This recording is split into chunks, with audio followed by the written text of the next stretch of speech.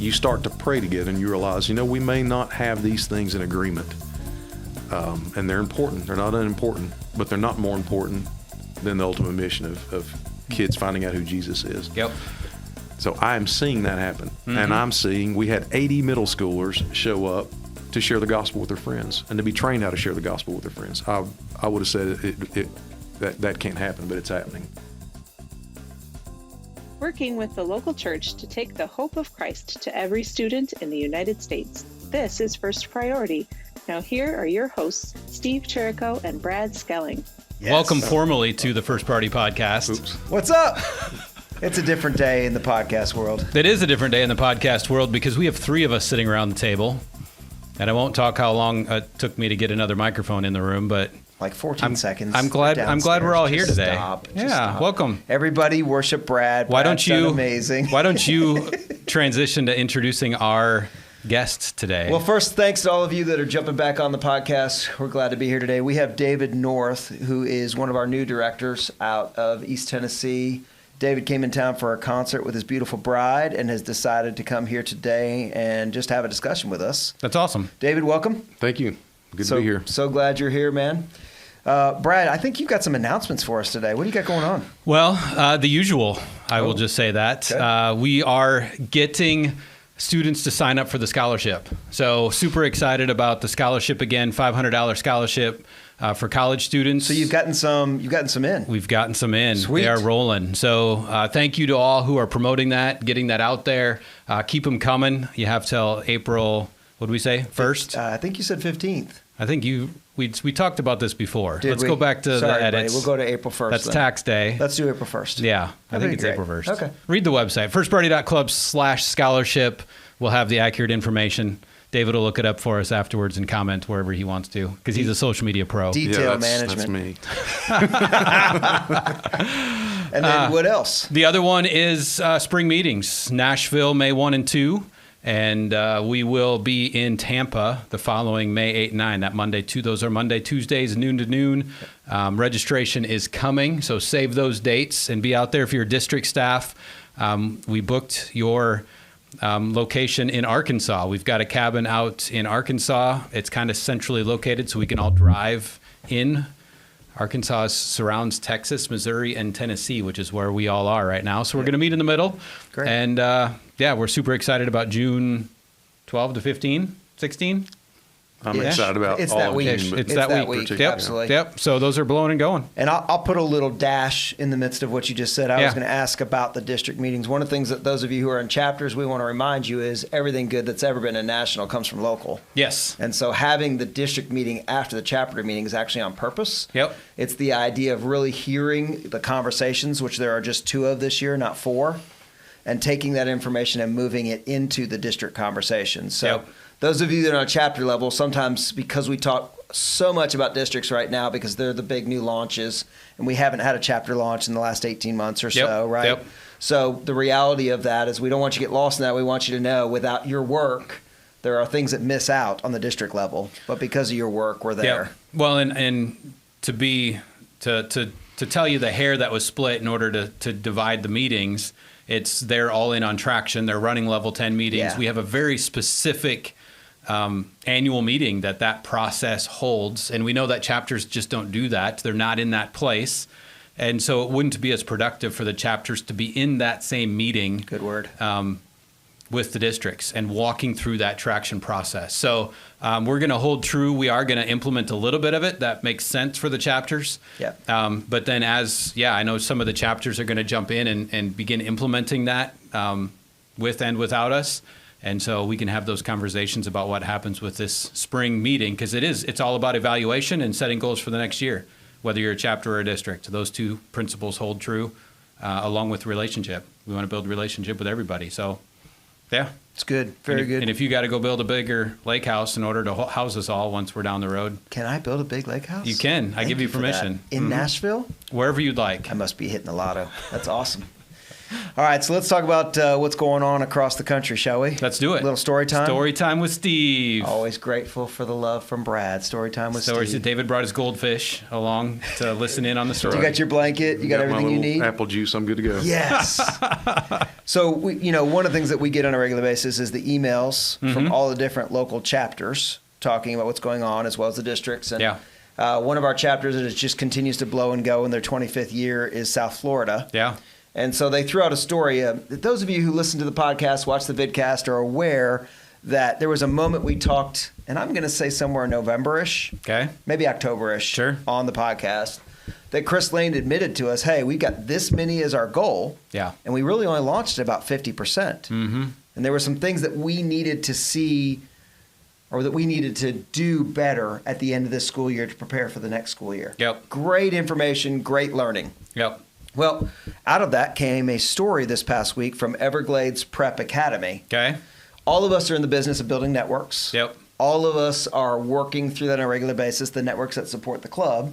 And out of Everglades comes this school that was supposed to relaunch post-COVID and didn't. And they're trying to figure out how to relaunch it. It's one of many they were.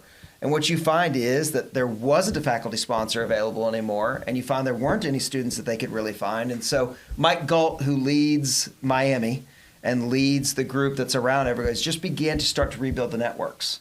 And so Mike's having a meeting with a local campus coach, and they begin to talk about the burden for the school, and they're like, yeah, how do we get this thing back on? And lo and behold, the faculty sponsor shows up at the Panera they're at. Nice. And just happens to be there when they're there. Yep. Nice conversation. She had already said, hey, I can't do it. Yep. So they begin to pray. They begin to think. She leaves. She walks back in and says, I loved it pre-COVID. I'm going to love it again. I don't know how I'm going to do it, but let's do it. I love it. So immediately they've got the faculty sponsor because of the happenstance meeting Yep. to have a discussion about Everglades. Yep. Right? And then they start to do the business that we're in, which is they're serving local churches. And they end up at a local church plant. And they begin to tell the story, and all of a sudden there's students that are actually at Everglades. Yeah. It was not planned Yep. that they were going to look for Everglades. It was just part of the process, Yep. right? They were just doing what we do. Yep.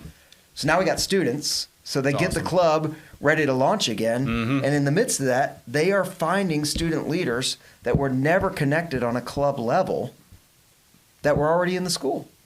And so these leaders are rising up out of nowhere. So all of a sudden they've got this high-performing club Yep. that is doing so well that they want to talk about it. Yep. Of their 200, they want to talk about it on the newsletter. And yet it was one of those that didn't launch. Yeah. It was one of those that struggled with launching back into club life. Yep. So that's just a celebration moment where it's our job in a lot of ways is to do and be who we are. Yep. And to do the process well and be the people that are going to support the local church and then get out of God's way. Right. Yeah. Right? Let It is. Jesus who Jesus is, let God do all the things he does that are miraculous and Yep. and cause a lot of wonder. Yeah. And then we get to tell the story and get to partake in the glory. Yep. Which is super fun. Well, so the Bible talks about being steadfast, right? And walking the journey, not getting caught up, not getting discouraged, but being steadfast and being persistent, carrying on, running the race, right?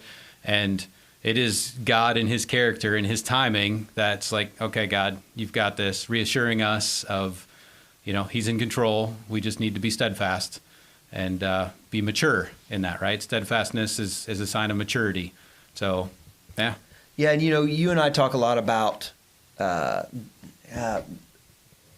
what you inspect. Yeah. Right? What you inspect, then you understand better, and there's a better way to say that. Somebody else says it better. But when we inspect clubs, Yep. we want to see our kids coming to Christ, right? Mhm, Or we want to see our students actually leading. Why? Because we're trying to lead kids to the hope of Christ. We're trying to raise gospel leaders, right? Yep.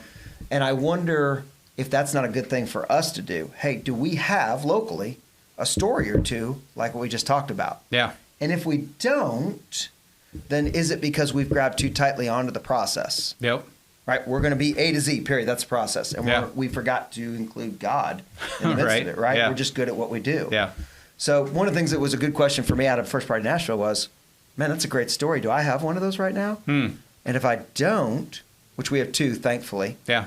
that I can think of quickly. But if I Yep. didn't, Yep. man, I need to look in the mirror and ask myself on a director side, is this only under my abilities? Am I good. just doing this because I'm good at relationships? Yeah, it's good.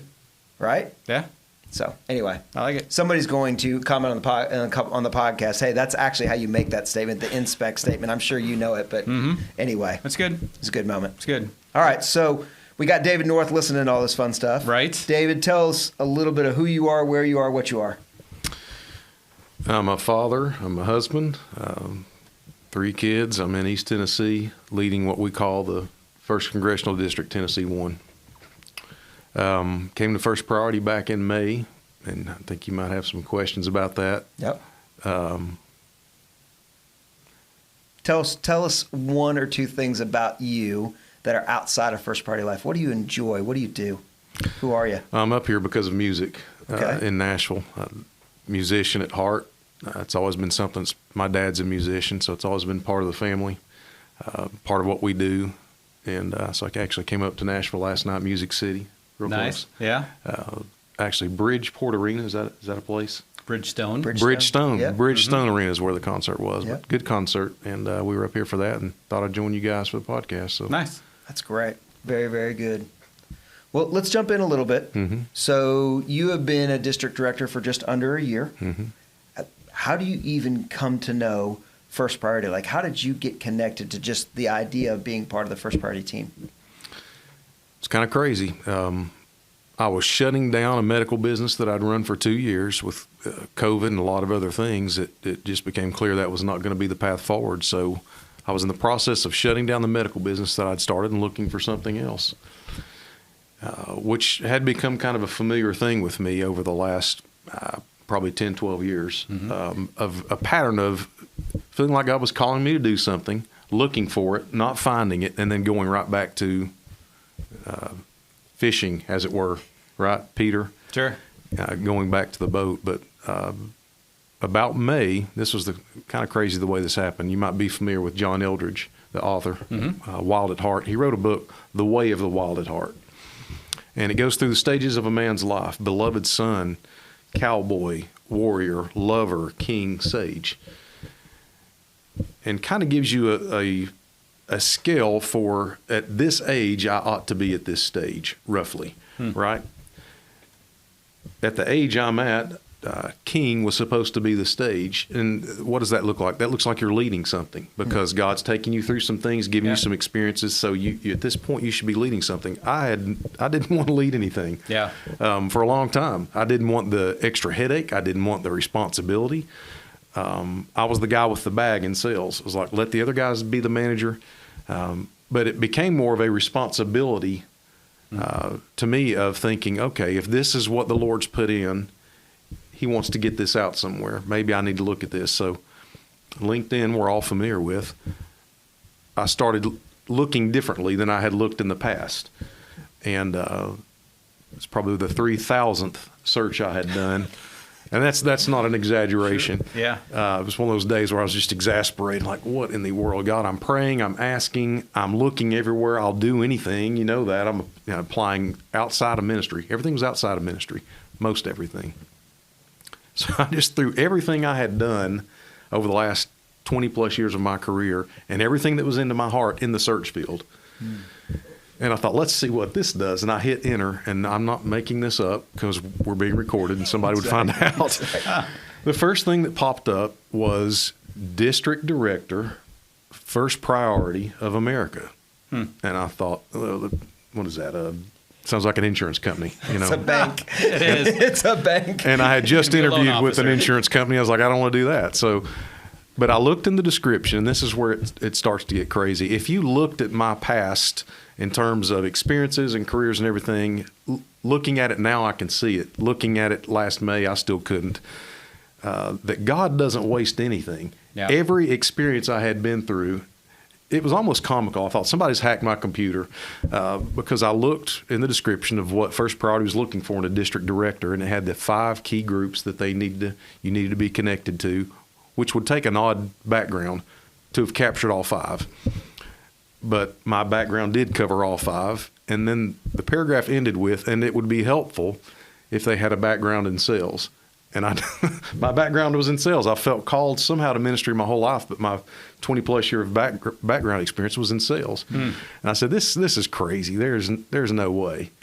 So I went to the next step and wrote a little short cover letter, I guess, to Christina, who's our very skilled person in HR at wading through these kinds of things. And one thing led to another, as they say, and here we are. Nice. So, Love it. All right, so we know how you got here, right? Tell us about the first 90 days of the fire hose, and you are just drinking from the fountain. Walk us through that. What was going on in your mind as you were like, okay, now I'm in the midst of this? Well, having worked at a number of large companies, I'm very familiar with onboarding processes, right? And you just get through it. They're a headache. There's a lot of just, where's what I need? The first steps is just show me the bucket that's got the right label on it, and I can dig through it later. So assimilation, right? I'm trying to figure out who do I talk to? And the crazy thing was and it probably took me 6 weeks to figure out there's more than one first priority. There's more than one version of it. You've got independent chapters all over the country. Actually, when I got hired, I thought I was one of probably 150 directors working for this central organization. I found out I was one of two. I was like, whoa, no chance to hide here for very long. So, and figure it out. So, but going through the process of figuring out what is first priority, mission, vision, all those things, that took a little bit to get my arms around and figure out what was going on. I remember 3 things distinctly. In doing my own research, a statistic pops up, and I think at the time it was 18,000 students saved in 18 months or 20,000 in 24 months, something like that. And I went, no way. That can't be right. That can't be right. I've been fairly involved in youth culture. I have kids of my own. I helped start a Christian school. If something was out there where there were this many kids being saved, I would know about it. Yeah. Further, the fact that it started in my backyard, you would think I would know about it. Somehow, first priority, when I hit that enter on Searchville, that's the first time I'd ever heard of first priority. Wow. So, bit of a shocker, that's going on around the country. The other 2 things, for those of you who do that, he said 3. I'm counting to make sure there's 3. The other 2 things there's 2 things that I said would never work based on past experience and growing up in the church, in a minister's family, being in ministry, full-time, part-time, lay person, everything. 2 of the key pillars of first priority, I said these 2 things will never work. One was part of the mission, vision, uniting the local church for a common purpose. I thought that's, it'll probably be a mostly Catholic or Methodist or Baptist thing. You're not going to have any luck uniting the local church to do anything. The second thing I would have said is, wait a minute, you're not going to get kids to show up earlier to school than they already are to preach to their friends. That's not going to happen. Well, y'all heard me say it. It's happening. It's happening. I'm seeing it happen. There you go. I'm seeing youth pastors and lay people sit around a table from all different denominations at different churches, very close to each other in a small community. You would think they would all know each other. And you find you're introducing people to each other. And they look at each other for a little while, kind of like, what's this guy all about? There's a little bit of suspicion. We know that. I've got those suspicions myself, being a Bible guy, theology guy. You wade through that. You start to pray together and you realize, we may not have these things in agreement. And they're important. They're not unimportant, but they're not more important than the ultimate mission of kids finding out who Jesus is. So I'm seeing that happen. And I'm seeing, we had 80 middle schoolers show up at 6:40 in the morning. Keep in mind they're middle schoolers. So their parents, they had to talk their parents into getting up earlier. 6:40 in the morning to share the gospel with their friends and to be trained how to share the gospel with their friends. I would have said that can't happen, but it's happening. So those have been 3 amazing things that first priority showed me. I love it. Now I'm going to set you up a little bit. Okay, so I'm going to throw you a softball because we are close and we work together around Tennessee 1.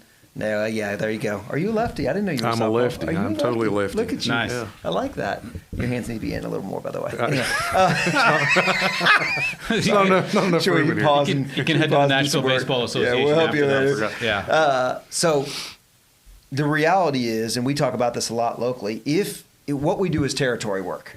We are trying to take territories back from the enemy. Mm-hmm. We know he goes to and fro. We know all that, but we know God's already won this, right? Mm-hmm. And so what are some moments you had where, and you don't need to get into specifics, but talk to us a little bit about some moments where you thought, man, I'm flat under attack. Yeah. Like this is just coming. Yeah. One of the key areas, actually the first area that I went into as both director and boots on the ground, we had to do a little bit of that because, we need people. So you do a lot of jobs at the beginning. I asked two separate people at separate times, different jobs. Hey, what am I walking into here in this area? How would you characterize this area, this spiritual climate? Both of them use the exact same word, apathy.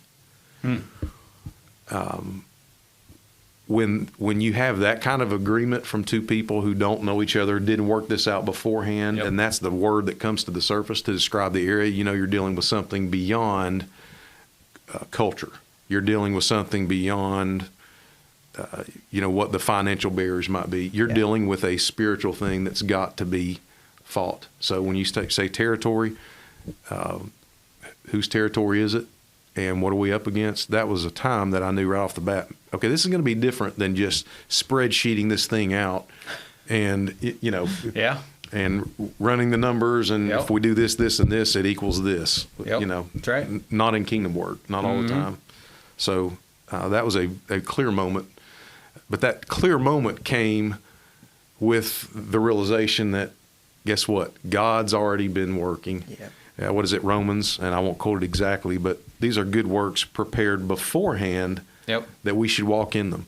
And where, I've said this many times, where we feel like, because we feel like we're walking into something, we may be pioneering. Yeah. The more I worked in that area, the more I saw that God had strategically for years been moving people into that area from all over the country to deal with that spiritual climate of apathy. It's good. So it came with, both the realization of what we were up against, but then greater is he that's in us than he that's in the world, and that God was already at work. So that's the first thing that jumped into my head when you said, yeah. It's good.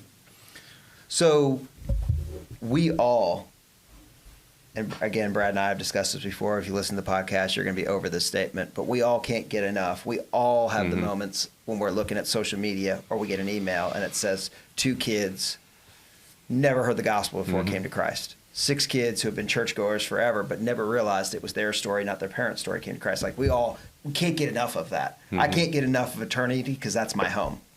So when I hear others are joining me in my home, good. I want everybody at the party that God is, right, that we have coming to the party. You all with it, right? Yep. So those are the great celebration moments. What have been some little gifts that the Lord is, we call them winks. Where's the Lord winked at you along the way in this process as you've learned over the last year to be this director and to lead a ministry that's, got a lot? Yeah. One of the first clubs I attended was a brand new club, middle schoolers, in a very remote rural area. So there's your canvas for kind of what I was dealing with. I've had one surprise after another out of that little club. The first week, you're trying to get student leaders. Everybody's nervous. Everybody's self-conscious. The volunteer, club coach, faculty sponsor, said, somebody has to pray before we start. It's dead silent. Dead silent. Nobody's going to pray. And it got to the point the faculty sponsor, somebody's got to pray. And this is one of those many surprises. The smallest kid in the room with a bad speech impediment volunteered and prayed. There you go. And his most precious prayer, and he's prayed just about every week. He's become the prayer Nice. for the group. That's awesome. They point to him. But when we talk about student leaders and identifying leaders, I have seen more of the shepherd tending the sheep kind of thing. One last week, a teacher called me and said, hey, this student is going to lead a few weeks from now. I couldn't believe it because quiet, very quiet. And she doesn't go to church anywhere. We're not even sure if she's saved. should we just invite an adult to speak that week? I said, no, let's not do that. Let's use this as an opportunity. So I met with that student this week and said, what we'll do is we'll see what her story is and then help her in telling her story. Yeah. And, best case scenario, she's a believer and we're helping her craft her story. Yep. Second best is she's not, but she finds that out in this process. And 2 weeks from now, she's giving her testimony of coming to Christ. Right. Absolutely. Yeah. So I met with this student and unchurched, so you're dealing with that. And I said, listen, what is your little girl, probably 6th or 7th grade? I said, does the word testimony mean anything to you? Mm-hmm. She said, no. I said, well, it's a big church word that means your story of how you met Jesus. I said, that's your testimony. And I said, let me tell you mine, okay? And it goes back to when I was 7, believe it or not. So I told her briefly in 7th grader terms my story of meeting Jesus. Sure. And she listened. I said, now, do you have a story like that? She said, yes. I said, okay, tell me when you met Jesus. She said, it was when I lost my father. And, I paused a minute and I said, I'm sorry, did your dad pass away? She said, no. I said, oh, I'm sorry. Did your parents divorce? She said, no, he just left. And I said, do you want to share about that? She said, no, I really don't want to talk about that part of it. I said, okay. I said, but that's when you met Jesus. She said, that's when I met Jesus. I said, well, that's for many of us when he becomes real. Yeah. Is in that dark place. I'll give you one more. Same club. One of the first weeks I went in, I noticed a little girl sitting at the back table with her head down, not down flat on the table, but just her head down, her hair coming over into her eyes. And I thought, I'm going to go over and at least just let her know I see you, right?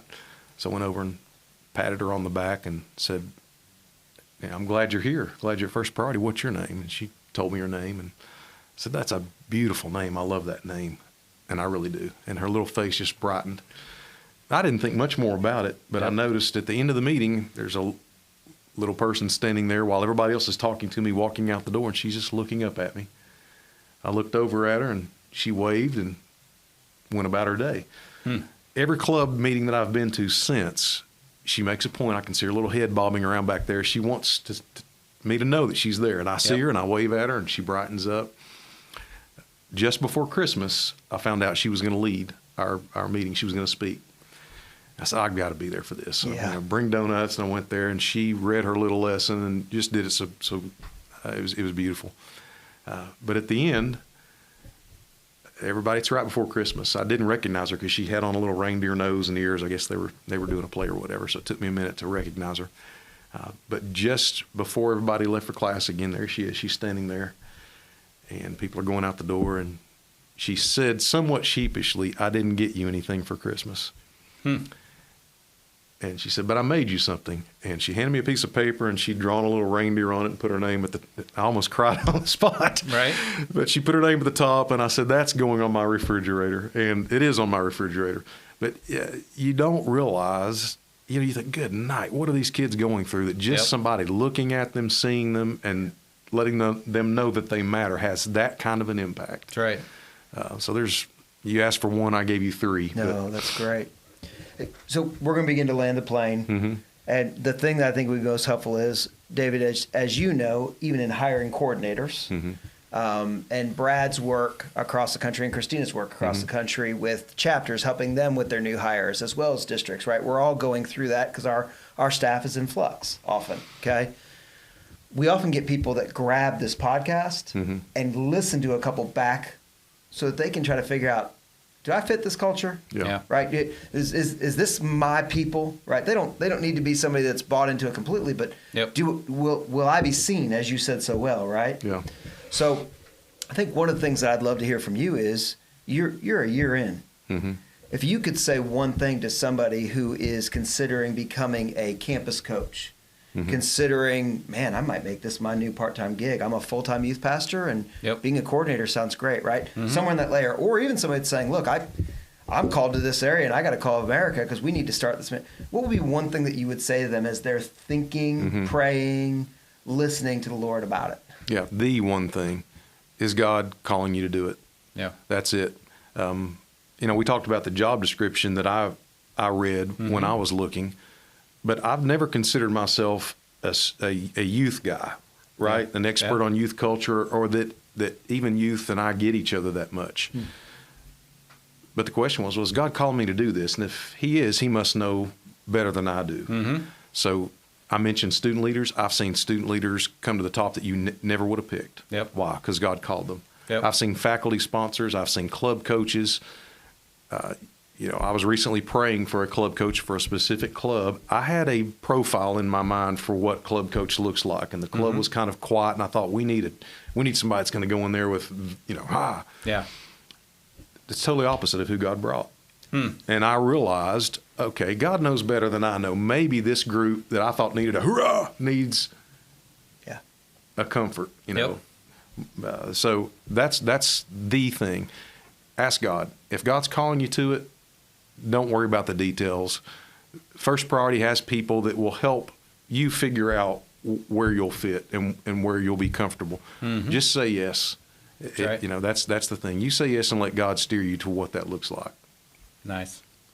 Well, thanks for joining us today. Loved hearing your stories. I know I get to hear them a little bit more often, but to be able to share those with our audience, we're grateful for you being a part of our podcast today. I'm grateful for the opportunity. Thank y'all. Enjoyed it. Well, and I will take the opportunity as well that if you are listening to this and whether you come to Nashville for a concert or some other reason, let us know you're coming, because we want to hear your story as well, because your story matters, not just David's. But as a part of the First Priority team, we'd love to have you on the podcast and be a part of this. So we'll make it work. And if you're in town, reach out to us, Steve or Brad at fpofamerica.com, and we'll put you on the calendar.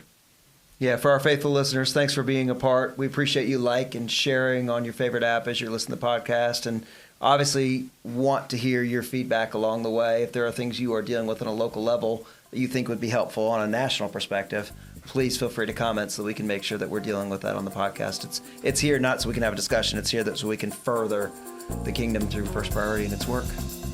Again, David, thanks for joining us. Thank you. Steve, we'll see you next week. Till then.